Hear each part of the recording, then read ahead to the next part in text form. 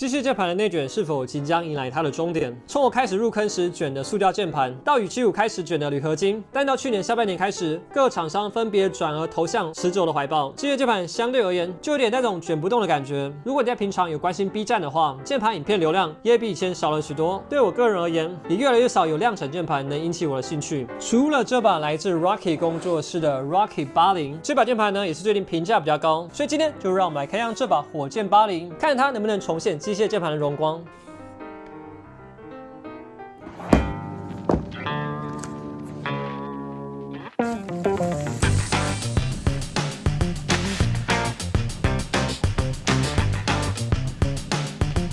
嗨，各位好，我是喜欢冬天但又怕冷的 Joe， 欢迎大家收看今天这部影片。近期呢，寒流肆虐台湾，真的是要冷死我了。这种天气啊，摸铝合金键盘真的有那种动手的感觉。不过呢，这把 Rocky 80看上去也十分活泼可爱，我们就先来看看它的外观吧。火箭80是一把标准的80% TKL 的配列，3模 RGB 热插拔的全铝合金成品键盘。然后这把键盘应该是雷卡哲出品的，这是我第一次开箱他们家键盘。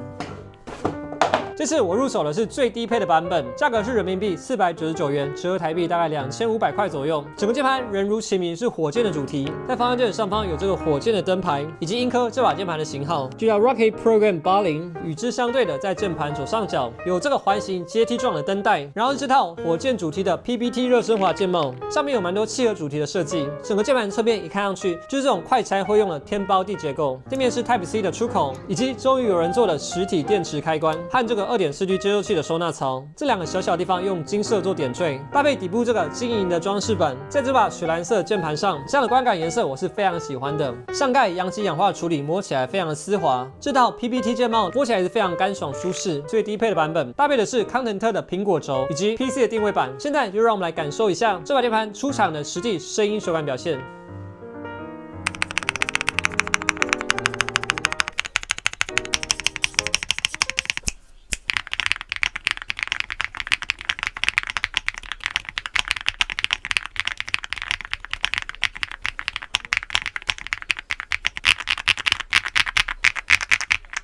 Rocky 80的打字音，大家觉得如何呢？我个人觉得声音是稍微有点散，发现是这个苹果轴，毕竟是最低配的版本，它出厂的杂音稍微有些明显，然后搭建的声音表现也还可以，只是这个左 Shift 跟这个 Backspace 的右侧还是稍微有些杂音这样子。整个键盘是 Gasket 的结构，配上这个 PC 的定位板，这个手感非常适合打字，用起来会非常舒服。只是如果用来打游戏的话，可能确认感会稍微缺失了一点，建议升级为 FR4 定位板的版本。现在让我来小结一下这把键盘，来自 Rocky 工作室的火箭80，它是一把带有些许客制化设计元素的纯铝合金量产键盘，包括是 RGB 的灯牌、拼接的装饰板，都是我非常喜欢独到的设计。特别是这个键盘底部做了这个长6边形的设计，颜色搭配看上去非常的舒服，配上这个金色点缀，凸显出了个性以及高级感。在量产键盘上少有的 PBT 热升华键帽，在台币2500块的价位上，真的可以说是出类拔萃了。副的轴体稍微差了一点之外，并没有什么明显的缺点。然后这把键盘的 RGB 也是非常亮，效果非常丰富。如果你喜欢玩灯，这把键盘将会非常适合你。不过，如果你要拿它跟 Quatch 80做对比的话，似乎在各方面都稍显不足了一点。虽说这220目的阳极手感非常丝滑细腻，但是跟 Quatch 80 Reboot 比起来的话，我觉得还稍微差了那么一点点的意思。表面细节做工也是比不上的。然后整个键盘并没有加装配重，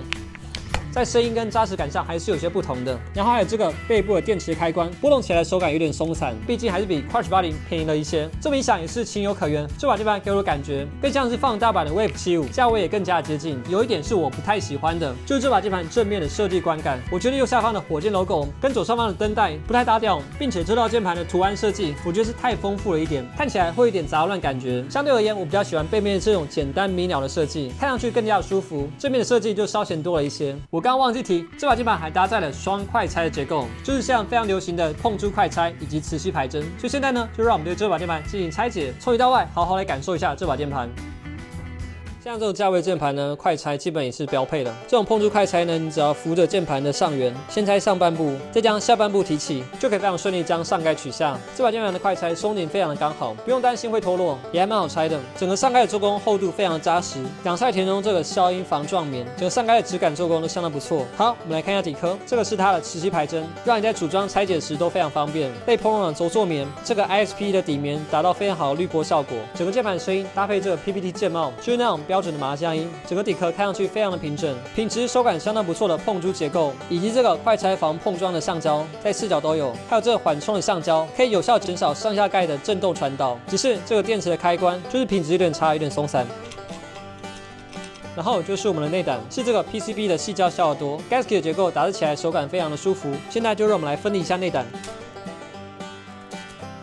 单年开槽的 PCB 下灯位的，但它比较属于量产键盘，并不支援其他配列的选择。再来是这个稍微厚一点的 PET 声优膜 ISP 的轴下垫，以及这个类波棱的夹心棉，厚度跟回弹都相当的不错，打起来没什么杂音，声音非常纯净。然后是这个 PC 材质横向开槽定位板，手感非常软弹，声音非常的麻将。只是这个公主轴配色的卫星轴，个别几个声音上还是有些许的杂音，稍微调整一下应该不是什么大问题。绿色的青苹果轴，它杂音还是稍微明显了一点，待会花一点时间来把它手润一下。基本上这把键盘从里到外看下来都是非常成熟结构跟设计，只是少了那么一点客制化改装的元素。好，现在呢就让我们处理一下这个轴体，并且把它组回去吧。开始吧。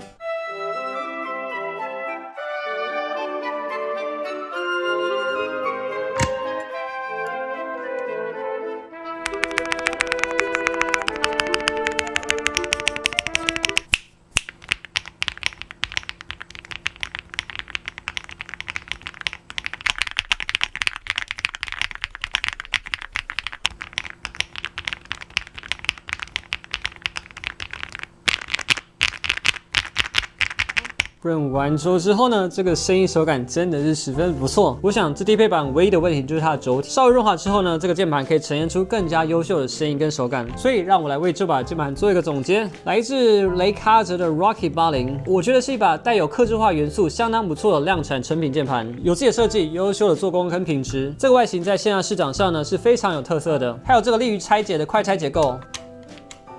方便你对键帽跟轴体进行更换。虽然这是我第一次买雷卡泽他们家的产品，不过首发依然非常稳定，没有听过什么翻车的灾情。所以说，如果它外形是你的菜的话，这把键盘绝对是可以到手机用的。不过呢，也碍于成本的考量，整体上看下来，做工品质以及表现还是差 Crush 80这么一点点。毕竟这把真的也是比较便宜。所以说，还是回到那句话，一分钱一分货。回到影片开头的那个问题，这些键盘真的卷到尽头了吗？以我个人的感觉来说，现在这些键盘已经在价格以及品质上达到一个非常微妙的平衡点。价钱虽然说有高有低，但性价比都不会差太多。在低价位有好用的键盘，但是你追求更好的品质跟设计的话，势必还是要多加钱。其实最近出的新键盘都相当不错，基本上不管买哪把都不太会踩雷。不管是 Crush 80、Evo 80还是 GT 80，以及这把 Rocky 80，与其说是卷到尽头，我觉得更像是百花齐放。好，以上就是这部影片所有的内容了。最近机械键盘的更新速度是稍微放缓一点，我也有比较多的时间好好玩键盘。今年呢也会继续拍影片跟大家分享，还请大家多多关注与支持。我就是爱玩键盘就，我们下部影片再见喽。